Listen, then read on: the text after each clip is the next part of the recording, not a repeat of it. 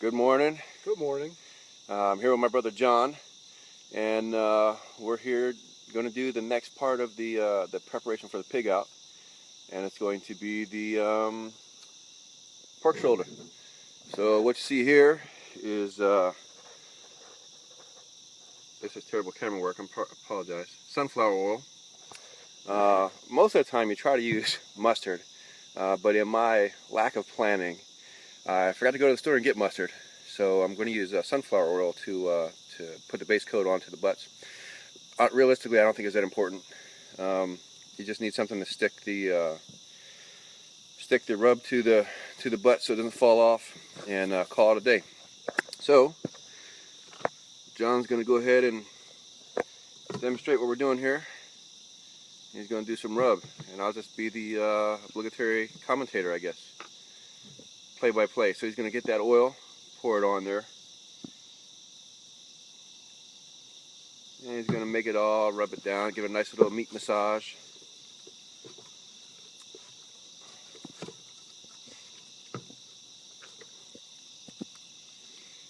Now it's time to apply the rub. So as you can see, the big bowl of rub that I have made up. It's made of a whole bunch of different things, mostly paprika, cumin, brown sugar, turbinado sugar, black pepper, cayenne pepper, whole bunch of peppers. Maybe that's a little better for the light. And you want to put this on nice and thick. It looks like I put a lot on here, but you want it on here nice and thick because that's what the sugars start to melt down. That's what makes your bark. The one thing that I put in my in this rub that I don't know a whole lot of other people that do it is peach powder. It really gives a nice, sweet, peachy taste to the final product.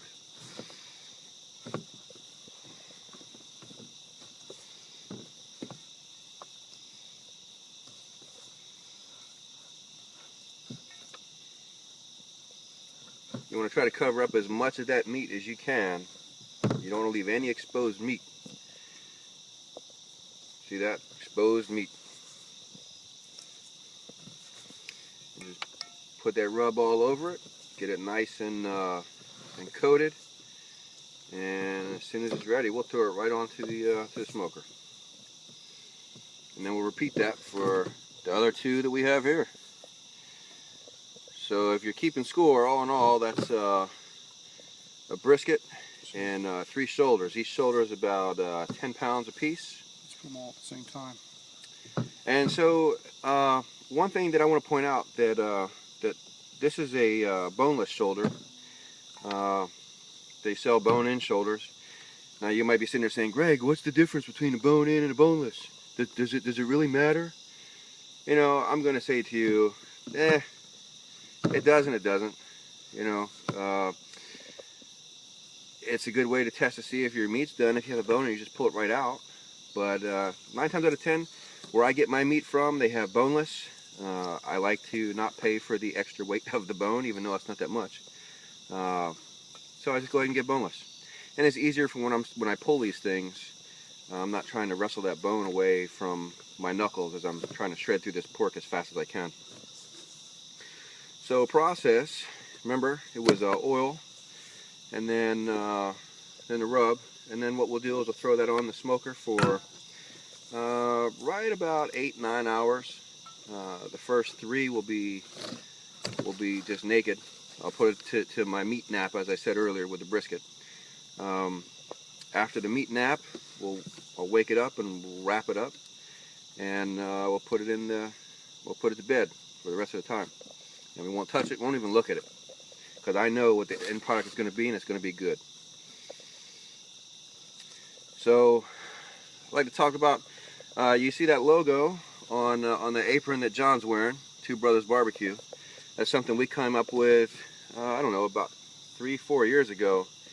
When we started doing these type of events, you know, the family and friends event. We started out doing whole pig. We would sit out here all night and do whole pig, and then we decided one year, you know, at the end of the day we just pull the pig, so let's just go ahead and do shoulders, and that gave us a little bit extra room to do different types of meats. So like I said, we've got brisket, and now we got shoulder, and what we have to come, the next big cut of meat we'll put on later on today will be turkey legs. We'll do some of those. And then we'll finish up with our final cut of meat for the day will be a lamb shoulder. So should be pretty good time for you viewers out there in barbecue land. If only you could smell the finished product or taste the finished product. I can tell you it's gonna be amazing. It normally is. And then the other thing that we're going to put on the table for everybody today is lollipop chicken. John is probably one of the best lollipop chicken makers that I've seen. You'll see him later on. You can judge for yourself.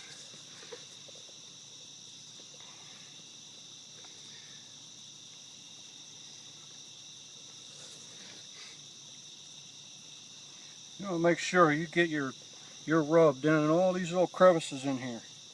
You want it to get down in there. No exposed meat. Like Greg said earlier, anywhere you can get your rub in there. Don't be shy.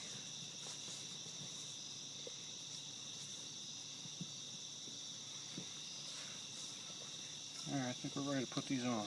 Alright. So now we'll transfer from the table to the smoker, and we're going to lift this sucker up.